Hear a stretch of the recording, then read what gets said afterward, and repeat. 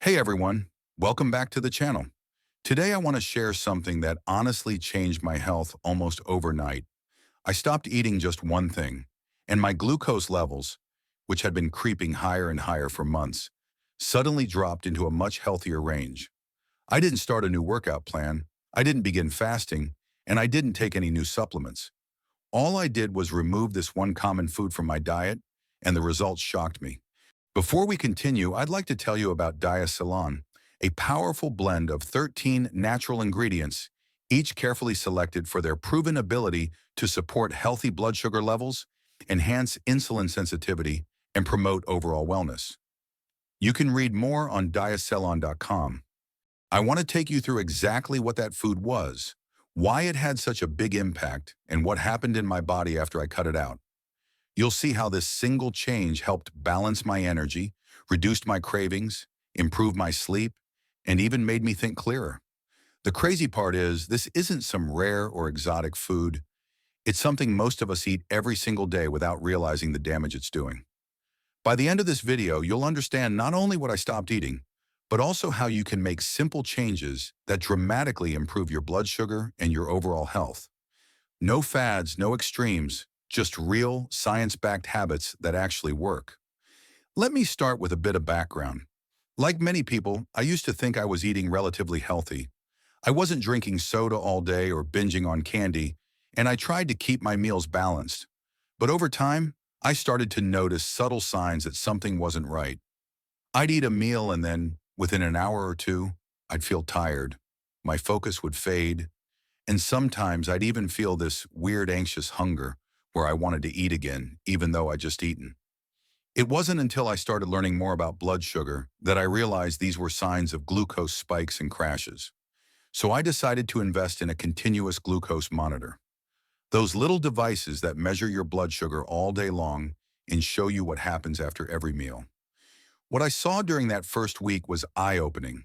My glucose was spiking way more than it should, even after meals I thought were healthy.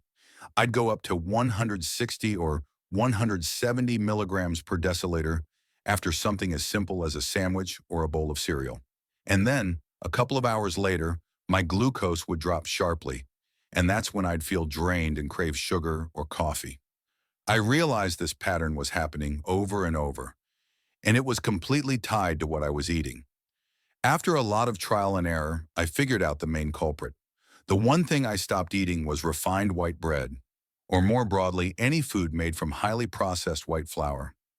That includes regular sandwich bread, pasta, pastries, bagels, and even breakfast cereals that look healthy but are made from enriched flour. It's easy to overlook these foods because they're everywhere. At breakfast, lunch, dinner, even snacks. I had been eating them all my life, thinking they were harmless staples. But once I started tracking my glucose, it was obvious. Every time I ate something made with refined flour, my glucose shot up like a rocket. Within 20 to 30 minutes, I'd see a spike, and then I'd crash soon after. It wasn't just my blood sugar that was affected. It impacted my mood, my focus, my cravings, and my energy levels throughout the day. That's when I realized that what felt like a normal food was actually the biggest source of instability in my body. Now let's talk about why this happens, because once you understand the science behind it, it makes perfect sense. White flour is made by taking the wheat kernel and stripping away the bran and germ, leaving behind only the starchy part, the endosperm. That starchy center is almost pure carbohydrate, and it digests extremely fast because there's no fiber, protein, or fat to slow it down. The moment you eat something made from white flour, your body breaks it down into glucose almost instantly, causing a surge in blood sugar. That spike then triggers a big release of insulin, the hormone that helps move glucose from your blood into your cells. When insulin floods your system like that, it often overcorrects, dropping your glucose too low afterward. That's when you feel tired, irritable, and crave something sweet or caffeinated. It becomes a vicious cycle. You eat, you spike, you crash, and then you crave more carbs. Over time, this constant roller coaster can lead to insulin resistance, weight gain, and a whole host of metabolic problems. It's not that carbs are evil, it's that refined carbs are stripped of everything that makes them slow and steady fuel. When I decided to stop eating refined white flour, I noticed changes almost immediately, literally overnight. The next morning, when I checked my glucose monitor, my fasting glucose was already lower. The following meals stayed much more stable. Before, my glucose after lunch would jump from 85 to 170. Now it was peaking around 110 or 120. That's a massive difference for one small change. But the numbers were only part of the story. The way I felt was even more dramatic. My energy became consistent throughout the day. I didn't get that 3 p.m. crash where I felt like I needed a nap. I stopped craving sugar after meals, and I even noticed that my mood was more even. No more irritability or foggy head. It felt like I'd flipped a switch in my body that suddenly made everything run smoother. My digestion improved, my workouts felt better, and I started sleeping more soundly because my blood sugar wasn't bouncing around all night. Of course, removing something that's so common wasn't easy at first. Bread, pasta, baked goods, they're comfort foods for a reason. They're tied to emotion, family traditions, and convenience. I grew up eating sandwiches and pancakes, so at first it felt like a big sacrifice. But once I understood the effect it had on my body, it got easier to make the choice. I began to view it not as deprivation, but as empowerment. Instead of feeling like I was missing out, I felt like I was reclaiming control over how I felt every day. Food isn't just physical, it's psychological too. The more I saw the connection between what I ate and how I felt, the more motivated I became to keep going. And when you start to feel good, your motivation builds naturally. You stop chasing temporary satisfaction from food because the long-term rewards feel so much better. When I cut out refined flour, I didn't go extreme or eliminate all carbs. I simply swapped them for better ones. I started eating whole grains and high-fiber alternatives that digested slowly and kept me full longer. Instead of white sandwich bread, I went for sprouted grain bread or a good sourdough made from whole wheat flour. When I wanted pasta, I used chickpea or lentil pasta. They're higher in protein and fiber, which means they release glucose gradually. For snacks, I replaced refined crackers with whole grain ones, or sometimes just raw nuts and fruit. I also started pairing my carbs with protein and fat, like avocado toast on whole grain bread or Greek yogurt with berries. Those combinations kept my glucose much steadier because fat and protein slow digestion and absorption. Within days, I could feel the difference. I stayed full longer, I didn't have those mood dips, and my cravings disappeared almost entirely. Now, some people might think that glucose spikes only matter for people with diabetes, but that couldn't be further from the truth. Even if your fasting glucose is technically normal, frequent glucose spikes and crashes can silently affect your health in major ways. Every time your glucose rises sharply, it creates tiny bursts of inflammation in your blood vessels. Over time, that can contribute to aging, fatigue, and difficulty losing weight. Research shows that people who maintain more stable glucose throughout the day have better focus, fewer cravings, and even better sleep. Stable glucose also helps regulate hormones like cortisol, leptin, and ghrelin, the ones that control stress and hunger. It's amazing how something as small as a slice of bread can impact how you feel for hours afterward.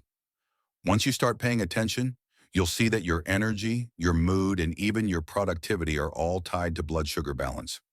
One mistake a lot of people make when they try to reduce glucose spikes is swapping one refined carb for another.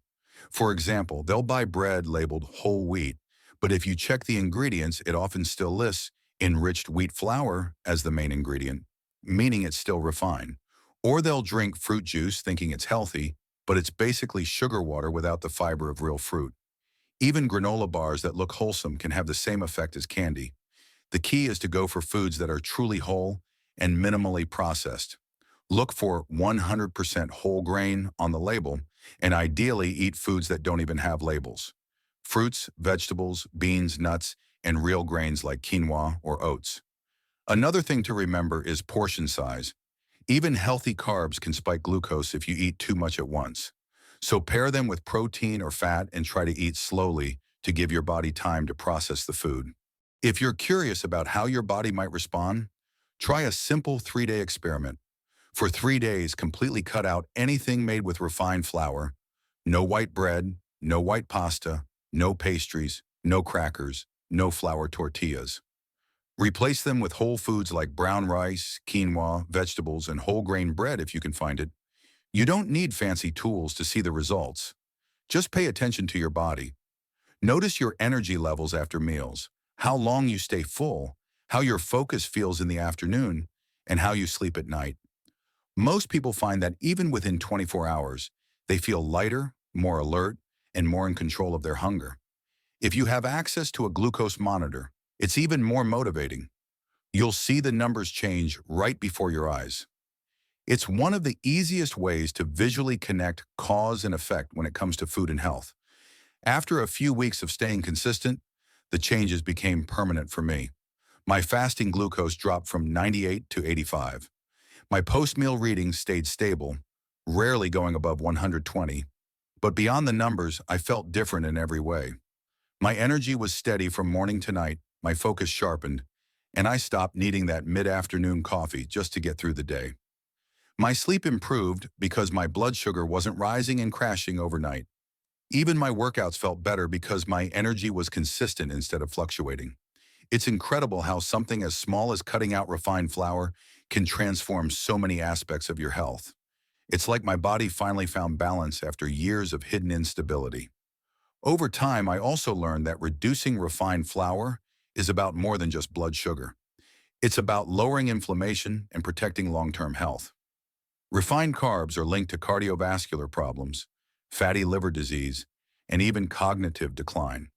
When you replace them with whole, nutrient-rich foods, you're not just preventing disease, you're building resilience. Your gut health improves because fiber feeds beneficial bacteria. Your immune system strengthens. You start feeling younger, clearer, and more energetic. Every cell in your body benefits from more stable glucose. And the best part is, it's sustainable. You don't have to cut out joy or flavor. You just have to make better choices. So the one thing I stopped eating was refined white flour. Simple, but incredibly powerful. It's honestly amazing how something so ordinary, something that most of us eat every single day without thinking, can have such a massive impact on how our bodies function. Refined white flour is everywhere. It's in our bread, our pasta, our snacks, our breakfast foods, even in sauces and coatings we don't think twice about.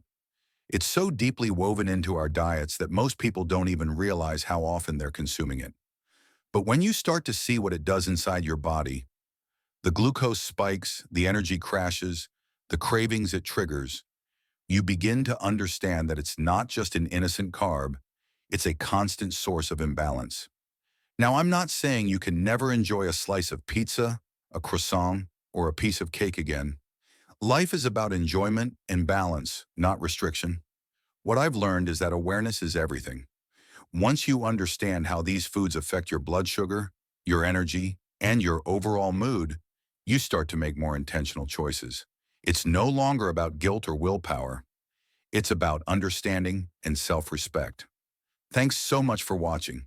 If you found this video helpful, please give it a thumbs up and share it with someone who's been trying to get their blood sugar under control.